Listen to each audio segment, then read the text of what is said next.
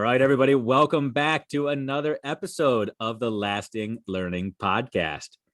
Today, we have a guest on who I'm not going to beat around the bush here. She is so stinking inspirational. She's a woman that I have followed on social media for a little while now, simply because she inspires the crap out of me. I see her persistence. I see her dedication. I see her commitment to herself and others. And honestly, I say that's who I want to be when I grow up. This is a woman who does seemingly all the right things for all the right reasons.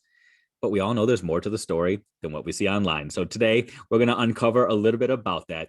We are going to have a conversation with one of my new friends. Again, a person that I want to try to be just like. So hopefully you can walk down this journey with me, learn a little bit more as we go. Amanda Mast, thank you so much for joining us today. Thank you for having me. I'm excited. No, I am super, super excited about this. You know, when I reached out to you and said, hey, can you be on my little old show and just talk to me? The real reason was just I wanted to have the opportunity to talk to you a little bit and trying to figure out what makes you tick, because seriously, you seem to be killing life right now. And I just want you to be able to share the secret sauce, share with me and share with others what it is that makes you you. So do you mind just introducing yourself to the world a little bit and let people know who might not be connected with you yet, who you are, what you do, and maybe even why you do it? Sure. So I am first a mom of two amazing kids. They're both in college. I was a young mom. So educators out there, don't discount young moms. I'm a wife. I am a new principal for about a year and a half. I refer to myself as the pandemic principal, living the dream of all principals across the US and the world. And I'm an entrepreneur. And I also am diagnosed with rheumatoid arthritis. So that is where I want to say my journey began, finding myself and becoming who I am. Okay. You glossed over a lot there. So let's let's jump in and just start picking some of this apart. So mom and wife and all of the family things. For I love the fact that you centered on that. Yep. Pandemic principle. Mhm. And I even the idea that you mentioned rheumatoid arthritis is pivotal to this conversation, Mhm. because one of the reasons I connected with you was because you are so transparent about your journey and some of this transformation and some of this the change that has happened within you professionally and personally. So knowing that there's this other component is extremely intriguing to me. But before we do that, let's circle back, because one of the first things you said was mom of a couple of amazing kids, and for us other educators not to discount that. Yes. What led to that statement being added into your introduction? So one thing that I've learned, and I scream this from the rooftop as a principal, is that my school has a lot of young parents. And a lot of times I find that we are quick to discount them as they don't know what they're doing. They will never get to where they should be because they're young. They don't have that experience. Mm. And as a principal, some of my teachers refer to me as grandma. Oh. Yes, at 42, I am referred to as grandma. Well, then I am great grandpa, so just keep Yes, going. because I parent some of my parents. Like I literally, Yeah. when we would have remote days, they wouldn't listen to my all calls or Facebook messages. So I would text them, okay, Johnny needs to be on at 9:05. Mary needs to be on at 10:15. And I would literally text them every time they would need to be on. I would remind them when we had off from school, even though we did all the things, teachers would say, but you did the calendar, you've done messages. Yes, they don't know where to look, when to look. And so that is one of my biggest successes as a pandemic principal is I have one specific family in general, lots and lots of kids, and mom has gotten a job. Mom doesn't need to text me for everything now. Mom is responsible, sends notes in, communicates with the teachers. And I was that mom. I was that 21-year-old showing up at school with a 5-year-old. And I don't know what I'm doing. Oh, wait, my kid should have walked into kindergarten knowing all their alphabet letters. Crap. Okay, well, I can work on that as a mom. No one is perfect. And that is kind of like my thing as a principal is that we need to educate our parents because things are different. Things are so different from when we went to school. And even when they went to school. I absolutely love this conversation because I'm reconciling this conversation with another conversation I had earlier today. And this idea that as an educator, as a teacher, as a principal, you recognize the value and the partnership that's needed between the Oh, school and the parents. It's not as though these parents don't want their kids to succeed. nope, It's not as though they are keeping the school away with a stiff arm saying, I don't need you. They just don't necessarily know how we we don't communicate. know. Similarly, we don't necessarily know how they communicate. So talk to me in this last year and a half. You call yourself the pandemic principal, Mhm. which I feel like every principal across the country right now feels like they're this pandemic principal. They don't know what they don't know. Maybe that's an advantage to you because you had to figure this all out. And now this is your normal, not the new normal. It is the only normal you know. What have you discovered about how to reach out to parents, or has it all been based off of your own perspective of what you wish you would have had when you were that young parent? So I think it kind of goes back to like me as a teacher, as an educator, and now as a principal, because where I came from, I was the oddball teacher, if you would. I was the one standing on the desks. I was the one that would, in the summer, I would go meet my kids and their families before school started. Because I wanted them on that first day. We were ready to rock and roll. We didn't need introductions. We knew who each other was, and we were a family, and that was it. So during the pandemic, I was known for just driving into the driveways of parents and blowing my horn and doing obnoxious things and dropping things off for kids. And we didn't have a form signed, boom, I'd be there. And when I'd say to kids, listen, do your work or I'll show up on your doorstep, their parents were like, she literally will, you better do the work. And at one point we didn't really have transportation to help us drop food off for kids for their families. So the secretaries and I would load up the cars and we'd go and drop it off ourselves. They say it takes a village and to raise a kid, and that's it. Like it's not a 9 to 5 job, and it's exhausting, and it's sometimes you forget your why, but in the end it's for the kids and for their families. I love it. I love it. Now, when you're doing all these things, do you realize, first of all, that they are amazing and that you are an anomaly, that you are not the norm when you're doing these things? Do you recognize that? Does that fuel you, or am I It just does. bringing some new awareness to you right now in that moment? It does fuel me in a way. And then, you will always have some of your professional peers look down on you. Mm, Like you did that. And I'm like, yeah, but I'm also the one that stood in the bus line with a tutu on because that's what I do. Like, I fist bumping, high fiving, like wear the tutu, do what you got to do type thing. Um, and it's one of those things, if we were all the same, life would be boring. And this is the way I was created, whether it's good or bad. And I'm passionate, I'm emotional. So it's a package deal. This is what you get for good and the bad. do you ever feel the tension to conform when you hear that people say that this isn't how you're supposed to do the job? Do you feel that tension to say, oh, am I doing it wrong? Or are you so convicted that you are on the right path that you say, come hell or high water, come whatever they say, this is the path I'm going? I feel that tension. I feel I am a comparison person. And when I sit there, so my elementary building is the largest in our district. I Mm, have about 800 plus kids. The other buildings have about 200. mm. Um, so, when I hear the amazing things they're doing, I'm like, we're in survival mode. Like we're just trying to teach these parents and love these kids and hose them off when they come in dirty and give them food when they don't have food. And I hear of all these amazing educational things. And I have to remember we are our own unique building, and what we have coming through our doors is unique, just like every classroom is unique. And I have to forgive myself for not being perfect, because perfect doesn't exist in this world, especially now in the middle of a pandemic. But I being completely transparent, absolutely, I compare myself every stinking day, every day. I love that vulnerability and that transparency because it is real. I think that there are so many people out there that are doing the right things that others on the outside look at it and say, oh, God bless her. God bless him. They are champions and they just get it. But what they don't understand is truly this tension. And I don't want to say it's a devil and an angel because I don't want people to think that the No. devil is like the other one, but that's not the case. It's just other people have a different mindset of how school should be done. And there are Mhm. some people doing amazing things, being super successful in their own right, doing things differently. Yes. So for you, a year and a half into the principalship.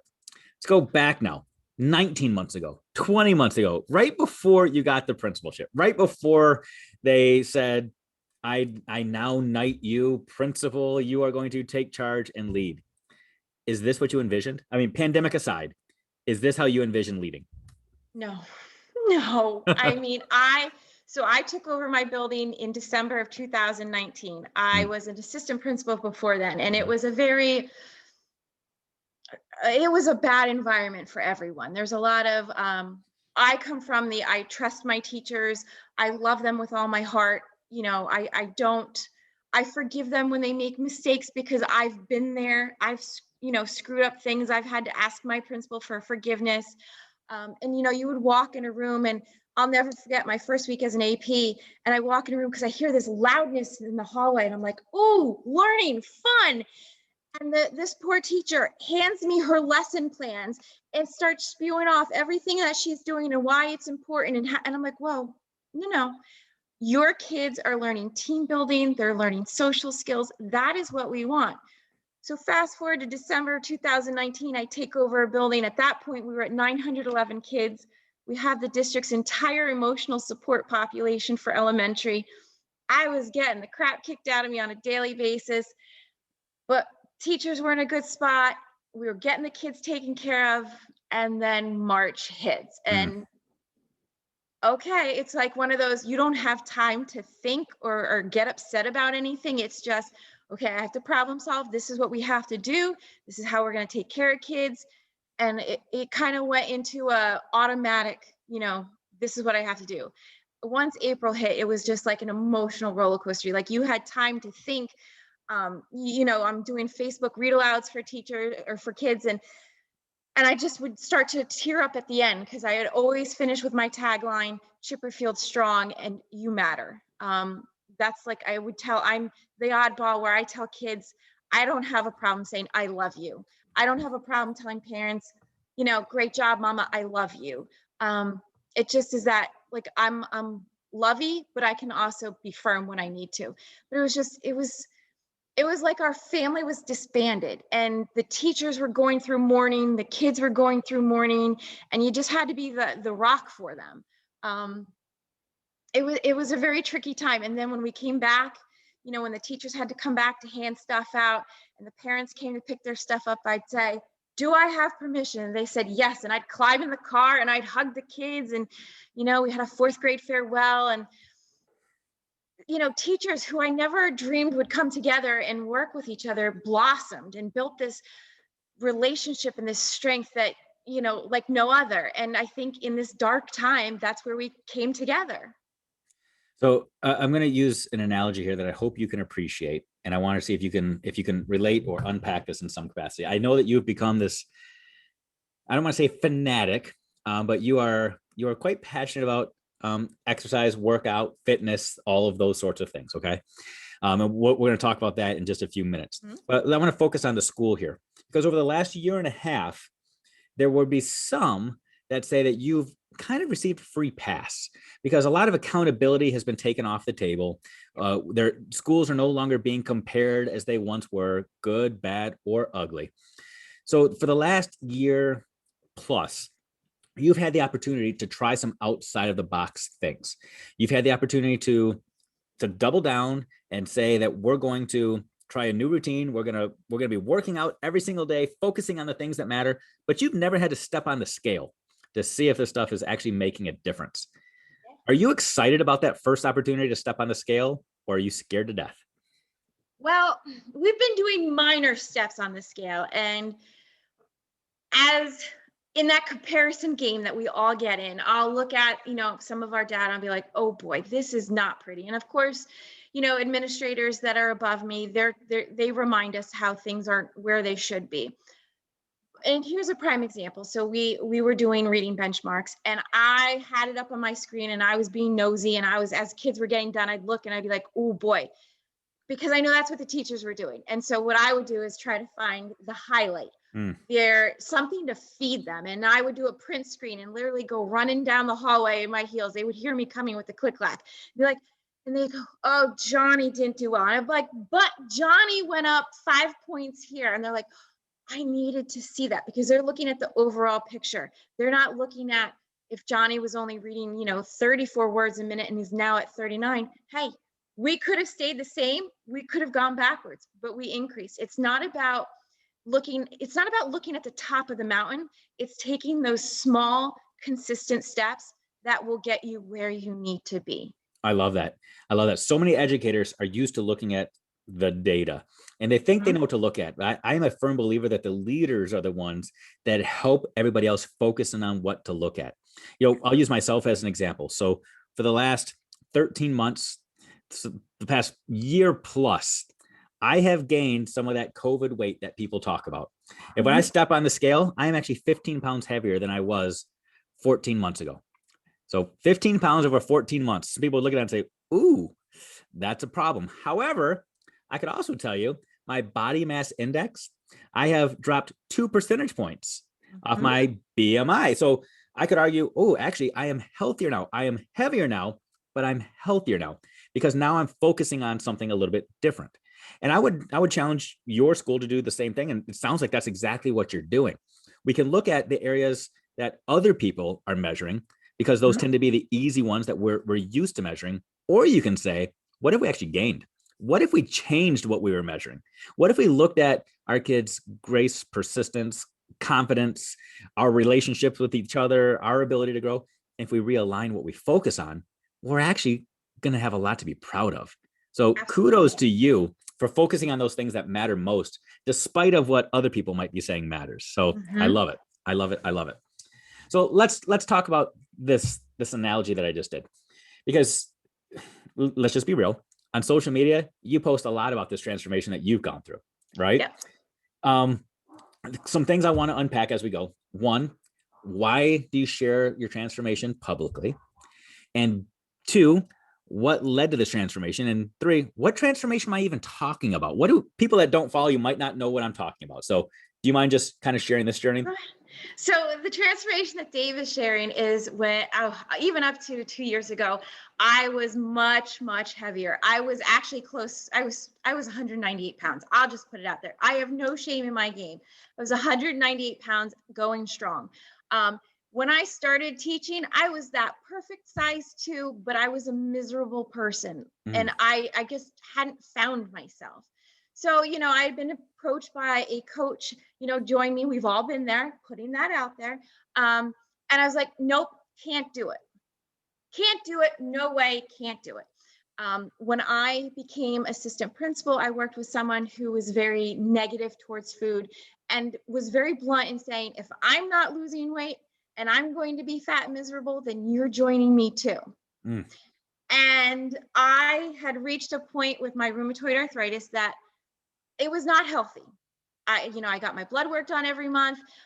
My RA markers, my inflammation markers were through the roof.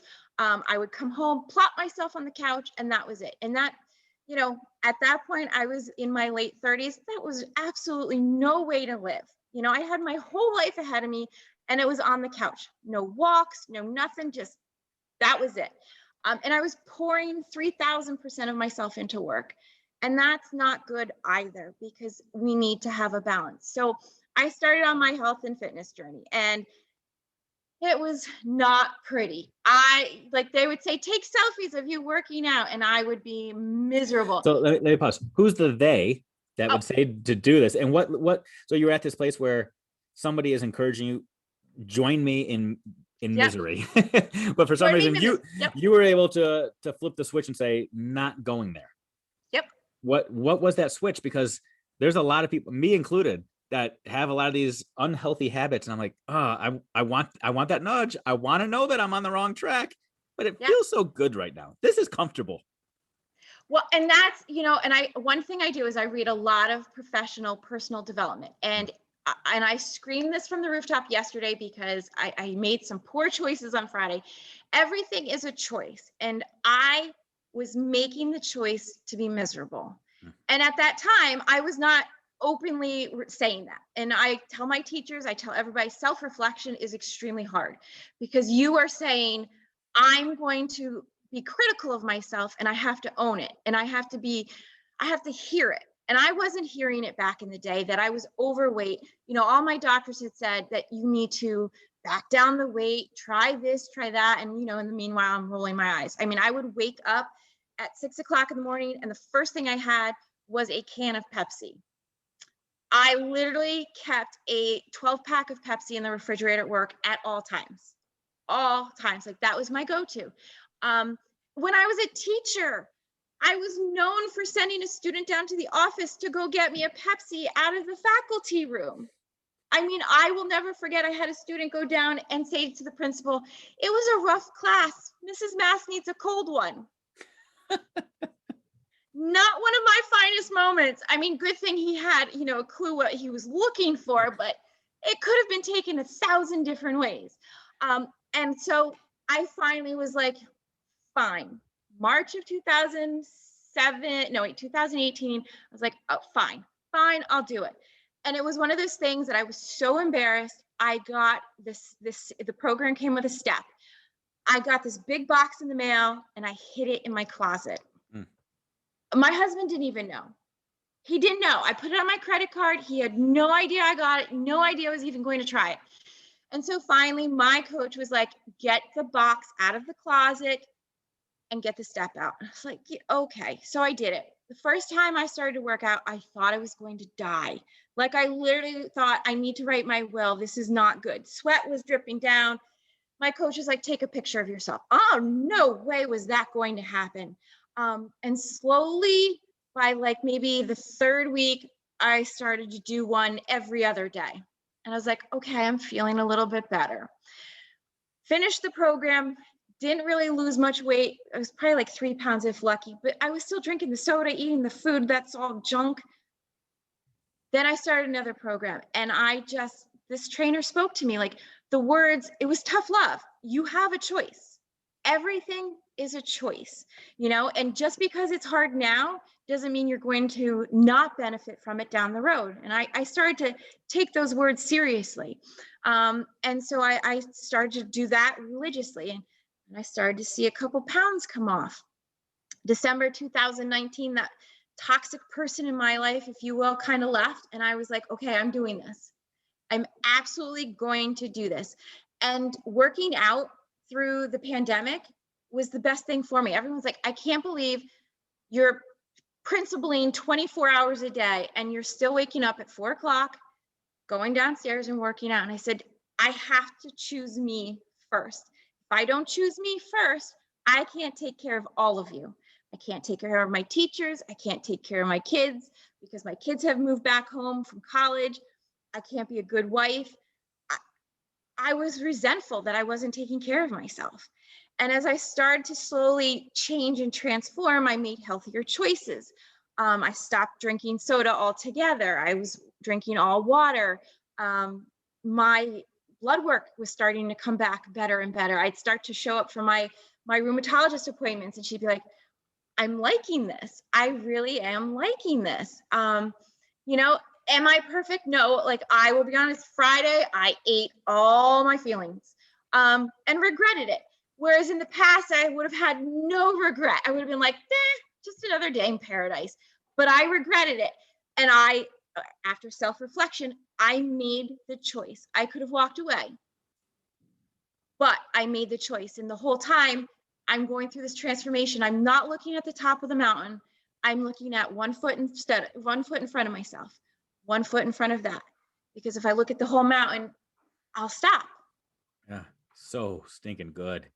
So good. And for people that are listening to this and not watching this, let me just tell you, the transformation is incredible. I mean, just that smile right now that I'm looking at, I mean, that is the clincher right there.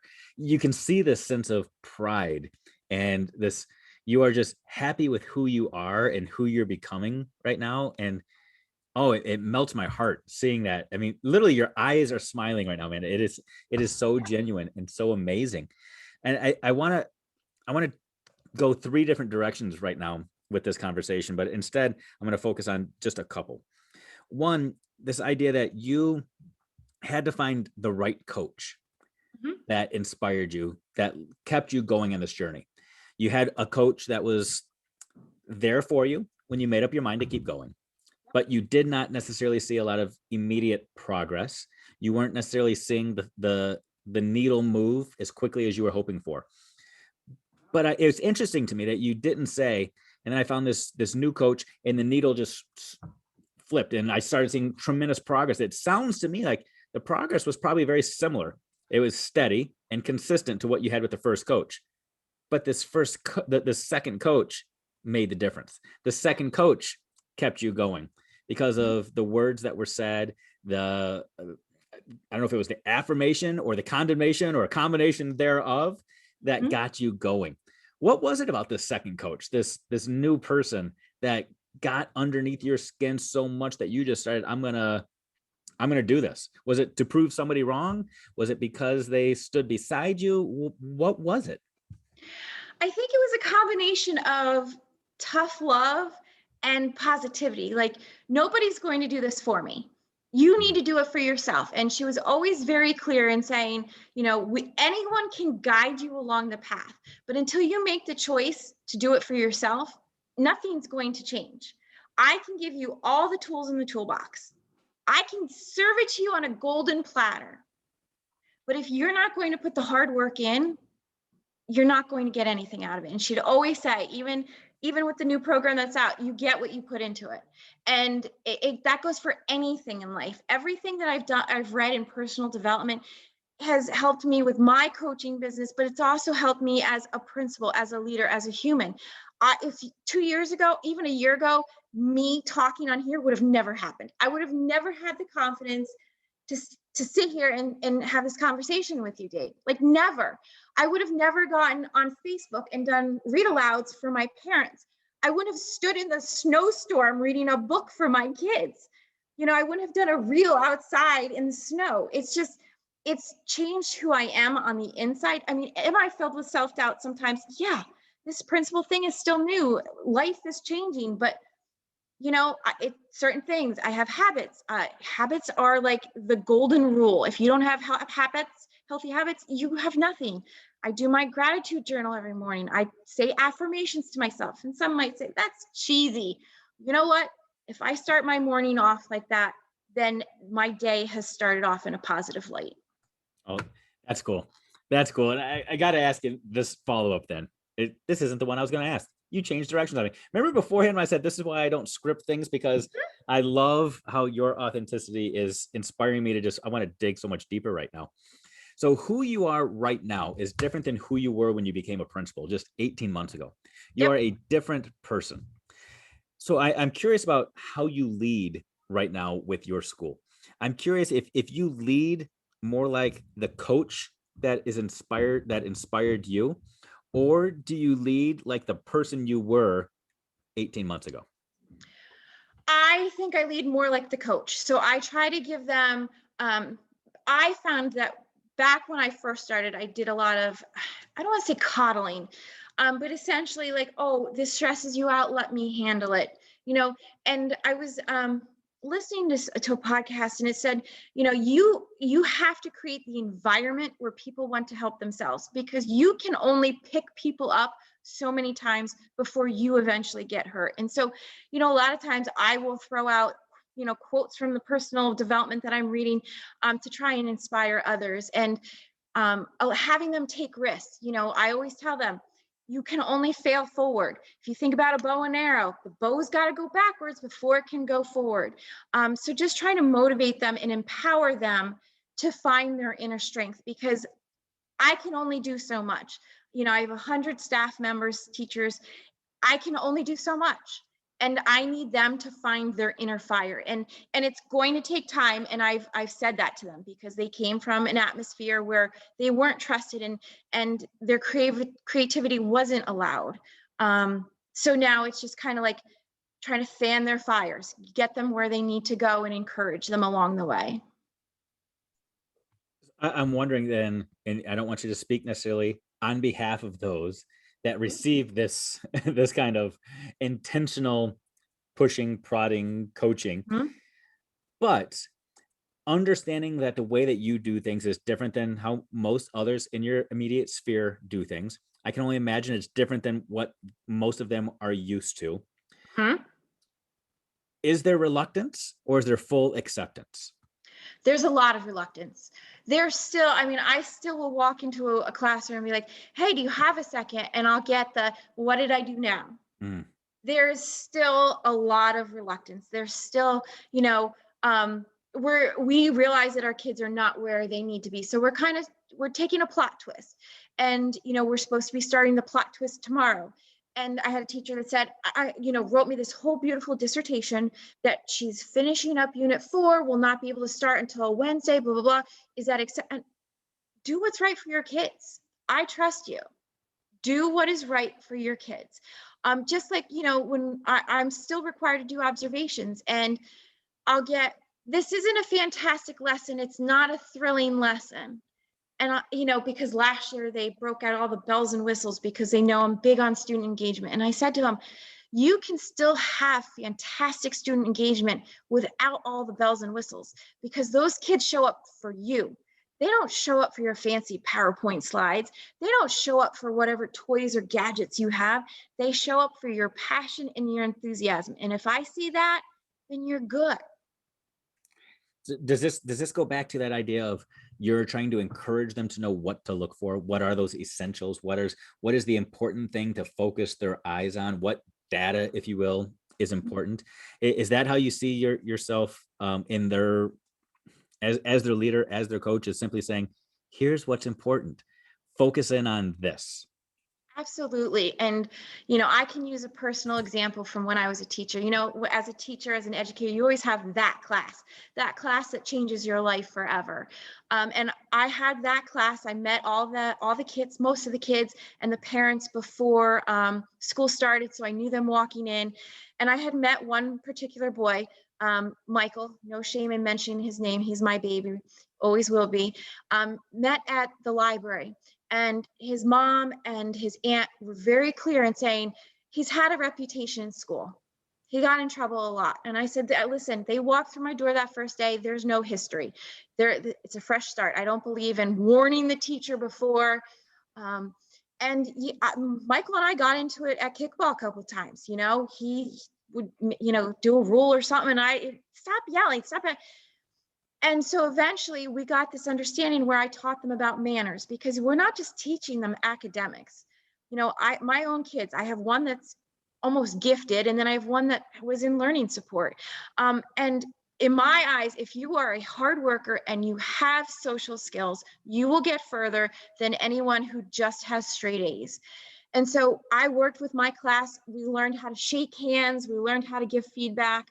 And when Michael finally, it was June, and he had earned the student of the month and student of the marking period. And he came up to me and he said, this is the first time I've ever gotten this. And I never dreamed I would ever get this. And I said, you have it in you, Michael.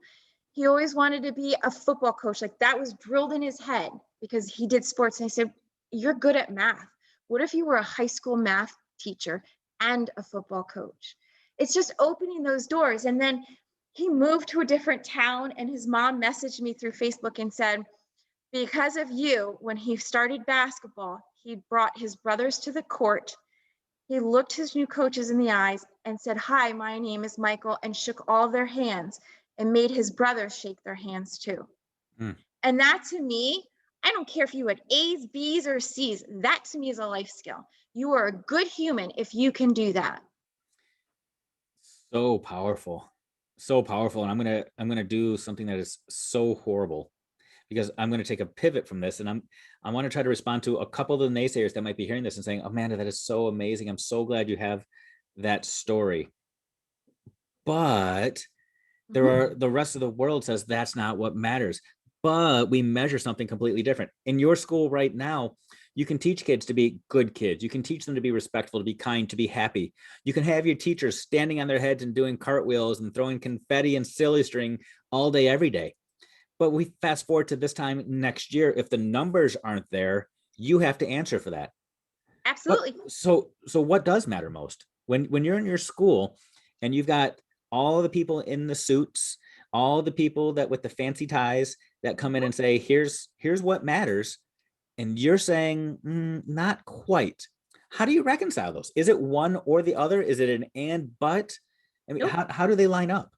they go together. You need to have those relationships. You need to invest in the kids before they invest in you. Mm, And that class, I had the highest amount of kids in my third grade class. I had 28 that year. And 85% of them were English language learners. mm, So, and I had emotional support in there. So the cards were stacked against me. And I had 98% passing on our state testing because they were invested. They knew that I loved them. They knew that I cared. So many kids struggled in math and and I had them taking tests all over in corners because that's where they felt comfortable. They passed and I never dreamed they would. But it wasn't about passing the state testing for me because I always was that one who would send back the prep materials, the prep books. I didn't need them. If I did them every day, if I practiced like strong skills every day consistently, then when testing time came, it was just another day. mm. And the same goes for us in my building. If we practice those skills consistently every day from kindergarten up to fourth, they will leave my building with strong manners, strong attitude, a love for education, and that love will drive them to want to do better. Oh, I love So this. you can't have one without the other. Because if you just focus purely on the academics, they are going to hate education. Mm. And then what happens? Behavior comes out, the parents come after you. That's a lose-lose situation. So much of your story is totally resonating with me. I'm hearing so much of your current reality in my past from things that I've had that I've gone through. So I'm going to ask a question that I think I already know the answer to, but I want to hear from you if whether it's the same or different. It sounds to me, and probably to a lot of other people that are listening to this, it sounds to me like you are focused on the quote unquote right things. It sounds to me that you are trying to eliminate burdens from teachers so they can focus on the right things. It sounds to me that if I were a teacher in your building, I would say, oh, thank you for freeing me. Thank you for giving me the freedom to do what matters most. It would sound to me from the outside in that my job would be more joyful. My job would be easier now. However, I'm going to ask a question. And, I think I know the answer.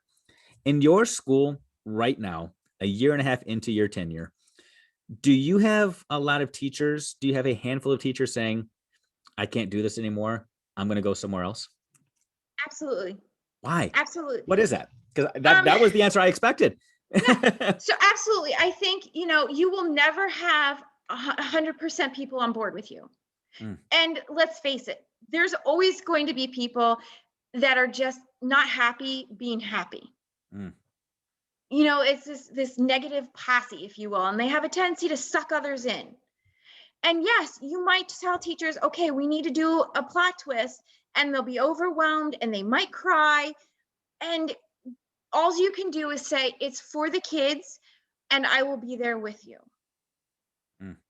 And that's all you can do, is versus just handing them off and saying, see you later, good luck. I mean, and parents, there's a lot of parents who just struggle with their own emotions. And when they come at teachers, it's out of frustration with maybe they had a bad day at work. Yeah. Maybe their own kids are driving nuts. And you just need to hold teachers, like literally hold them in your arms like they're your kids and just let them know that you're there for them. But you will never have 100% buy-in. And I want to say the old me, the December 2019, was looking for 100% buy-in. Yeah. And it's not going to happen. Do I have parents that hate me? Absolutely. Do I have to be okay with that? Yes, because if I don't, I will drive myself nuts.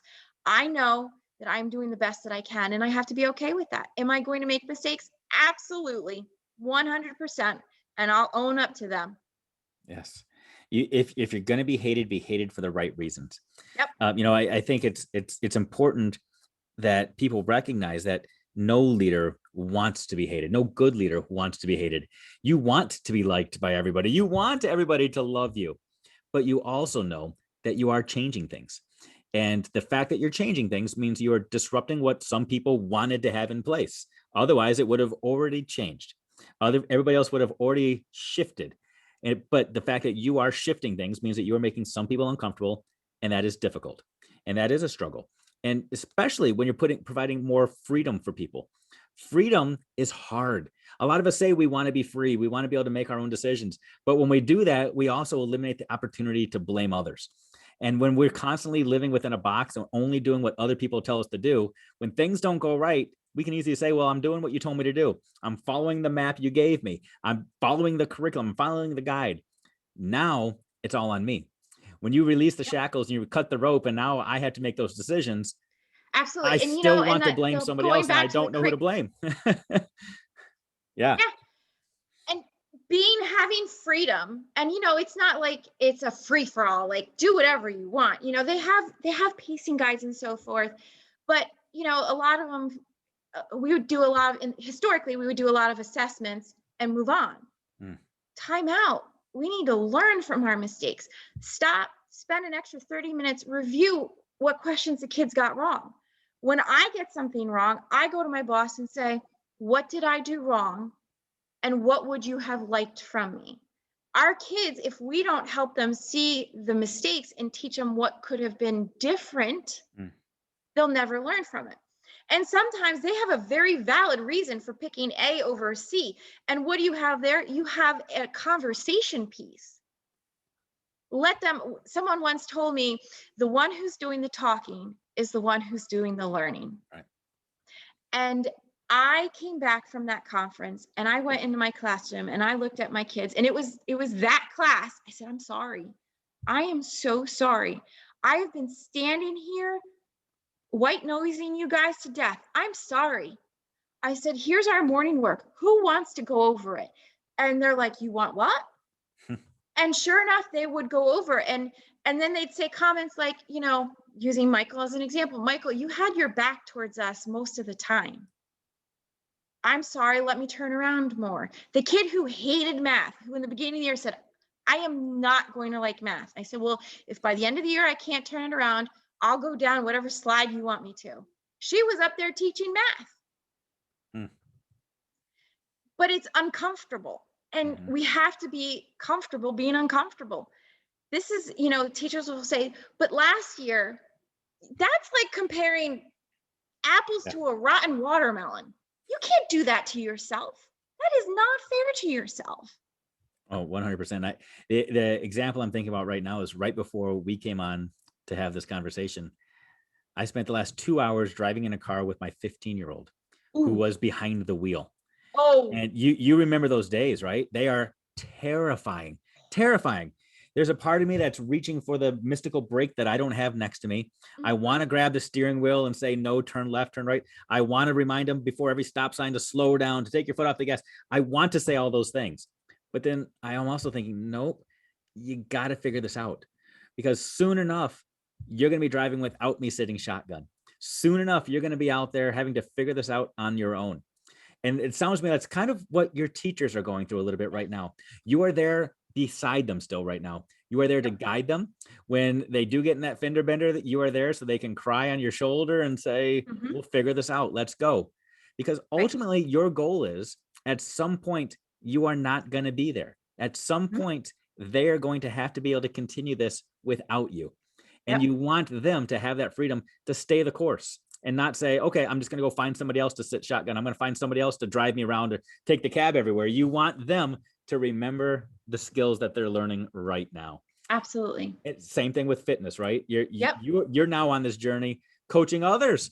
And that is so powerful that you went through this journey and said, I've got this. Now I'm going to help other people come along for the ride. Oh, it's so powerful. You said in the beginning, why do you post your public transformations? Why do you put yourself out there? Because just like teaching, I want everyone to know that I have a past. I'm not perfect. This is who I was. And if I can do it, you can do it. Yes. Because if people don't know it's possible, they will never start. That first step is the hardest. But once you gain momentum, just like anything in life, once you have that momentum, your possibilities are endless. I feel like you were just like a little Rocky Balboa there in Rocky 4. You just knocked out Ivan Drago, and now you're standing in front of the ring. If I can change and you can change, everybody can change. I mean, but you're living it. You are living it. So I'm going to assume when you're saying this and you're Rocky that I am not Drago, but it's all good. I'll take it. I'll take it. So Amanda, you have covered a lot and you have unpacked a ton for me. I feel like this is going to be one of those conversations I'm going to be resonating on for a while. We've covered everything from motherhood to teaching to leadership to fitness to priorities to assessment to Rocky Balboa. I mean, seriously, we have covered the gamut here. Mhm. But I'm wondering. So imagine now that everybody that's listening to this podcast, they're pulling into work, they're getting ready to fall asleep at night, they're eating their last scoop of Cheerios before they go start their day. They are about to log off and say, wow, that was inspirational. But you still have 2 minutes left to fill their mind with something, to drop that mic and say, resonate on this. Think about this as you go to sleep tonight, as you go to work today, as you go away into your thoughts. What do you want people to connect with you? What is your mic drop moment from this conversation? I'd have to say my mic drop moment is the power of choice. Everything we do is a series of choices, and you have the power to change your life, to change your situation one small choice at a time. Don't look at the full mountain ahead of you. Take one step at a time and know that no matter whether you're taking one step forward and 5 steps backwards, you still have the power. You just need to look for someone to cheer you on. And know if you can't find that person in your immediate circle, look outside of the circle, because all of us are worthy of having a cheerleader on your side, because we all matter in this world. And you need to take care of yourself. You can't take care of others if you don't take care of yourself. So good. So good. Amanda, if people want to cheer you on as you continue on your journey, if they want to get connected to you and be inspired by you like I am, how can they connect with you at all the places? So they can look me up on Facebook for Amanda Mast, just clear as day. And then for Facebook, I am Amanda_Mast0325. Awesome. Yeah, I'm the one in pink 99% of the time. Can't miss me. I'm the obnoxious one, always there. Yep. Love it. Love it. And I'll have all your contact stuff listed in the show notes for those people that want to be overachievers and actually read that stuff. So people, I seriously, I cannot encourage you enough. Follow Amanda, follow her journey. Just stay connected with her. She will lift you up. She will push you. She'll tell you what's real and she'll get you going in the right direction.